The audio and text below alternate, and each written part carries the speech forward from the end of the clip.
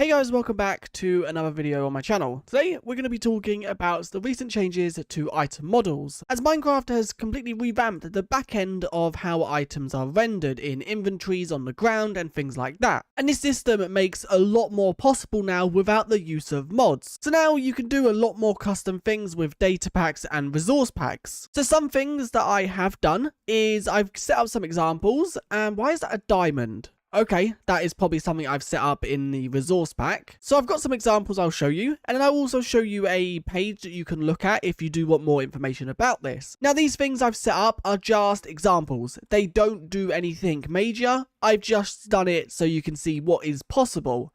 So this diamond sword, if I was to punch something with it and it was to take damage, you can see it now turns into a gold sword. And this is because you can now check for damage in item models. So if something has been damaged, you can change its model or texture. You can also do it, I think, on the percentage of durability. So if, for example, you want to make the diamond sword get smaller and smaller as if it's kind of breaking, that is also something you can do with this system. Now, another thing I have right here is this piece of coal. As you can see, it's a piece of coal, but it only shows up coal if I hold my shift button. Now, obviously, you don't know that I'm holding it because there's no way to show that. But every time I hold my shift button down, it changes from charcoal into coal. And this is using the extended view property. But this only works inside of GUIs. So for example, you can see me holding it in my hand, it doesn't update. It only updates in my inventory. And if I was to throw it on the ground, you can see it also doesn't update because this property only checks containers. If I was to throw it in a chest though, it would update inside of a chest. So if I just split this into there, and if I hold shift, you can see it's now updating from charcoal into coal. One thing that I have learned, and I think I will use this is really good for comparing textures, because if you just assign a texture that you like, maybe with another texture, and just hold shift, you can see it compares them, and you can obviously just switch between them. Now, obviously, the things I'm showing off here are very basic. You guys can go in a lot more detail and depth. Now, another example that I've quickly just set up, I have tried so many examples, and I'm still getting to know this system because it is quite confusing. And a lot of things I've tried don't really work how I expected them to, so I'm not going to show them. But one thing that I have now got working is if I give myself a netherite chest piece, you can see the one in my inventory is just normal. And if I was to give myself another one, you can see it just shows a normal netherite chest plate. But if I was to add the glider component, which obviously then makes that item turn into a glider or elytra when you equipped it.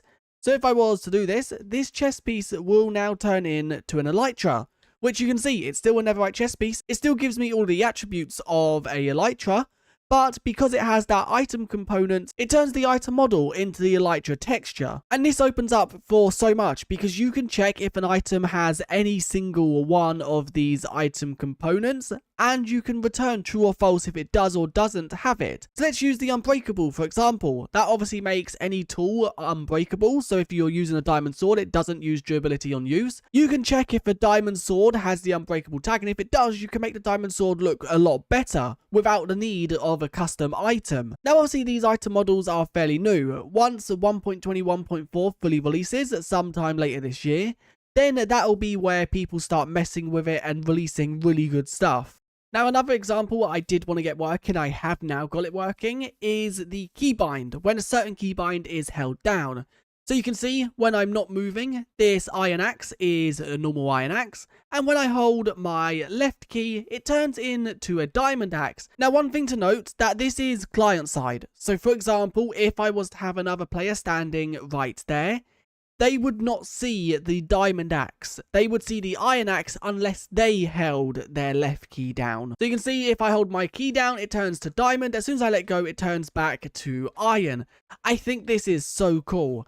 And this is going to make for so many cool mini games, data packs, maps, and a load of different things like that. You can check if a player is holding left key down, and if they're holding their left key down, then you can assign them a certain item. And you can also do it where players have to use keybinds to uncover secrets. So you can give them maybe a treasure map, and if they was to hold their crouch button, maybe the texture of that treasure map could update. Now I also just want to show off this. This is the Minecraft wiki, and they do have a whole wiki page on the item model definitions, and this is the new system that is used for item models. So they explain a little bit about where you find them. These new item models are found in the assets, then the namespace, then items, and then the ID of the item.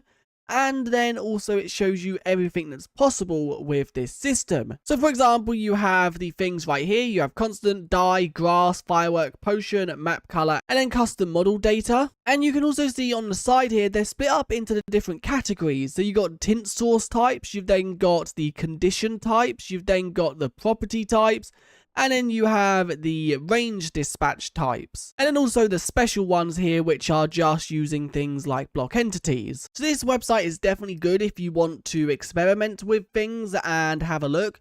Now, one thing the wiki don't have is examples for how most of them work, which kind of sucks, but I guess you can just use the Minecraft files for that. Now, these are all Boolean properties, so they only pass in true or false, and this is if they use an item, if the item is broken, if the item is damaged, if the item has a certain component on it. So for example, if a chess piece has the elytra component, you can change it from the chess piece model to the elytra model. Now these only work as item renders. You cannot change the model on, for example, the player's back with this system. And also you cannot change a block on the ground. It only changes the item texture and model of the block. And also local time, which this is how Christmas chests are made, with obviously changing texture around Christmas time. So I'm currently just getting up some examples to show you from Minecraft items. You can see right here, this is the use cycle, which obviously changes the brush model from when it's being brushed. So you can see that right here. Then obviously you have the chest, which changes model depending on if it's the 24th, 25th, or 26th of December.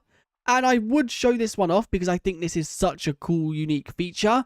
But it's just very annoying to showcase because obviously you need to change the time on your computer to one of these dates, and it's kind of annoying to do that. As for this system to work, it just grabs the time of your computer, so you can change the time. For example, the same way you can change the time to Halloween to get the pumpkins on mobs' heads.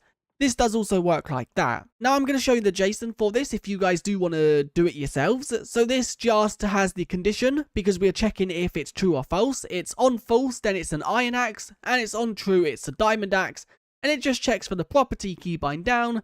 And then the keybind is key.left, so this checks if we are clicking the left key down. We can change this to so many more, so I can change it to use, which means when I punch with the axe, it will then update texture as well. And also, if you did want to see how I done the netherite chess piece to the elytra, this is how I've done that. Once again, it's checking for a condition, and on false, it turns in the netherite chess piece model. On true, it turns in the elytra model, and then it's checking for the property has component. And then the component is the Minecraft glider. So I just want to show these off, so if you guys do want to experiment and you're not really too sure how things work, then you can use these as bases. But that's all the testing I'm going to do in this video. I will also link the Minecraft wiki related to this whole item model definitions in the description, so if you want to check that out, then you can, as that does explain a lot about what you can do with this system. But anyway, I'll see you guys in the next one. If you did enjoy, do like and subscribe, and I'll see you guys next time. Bye.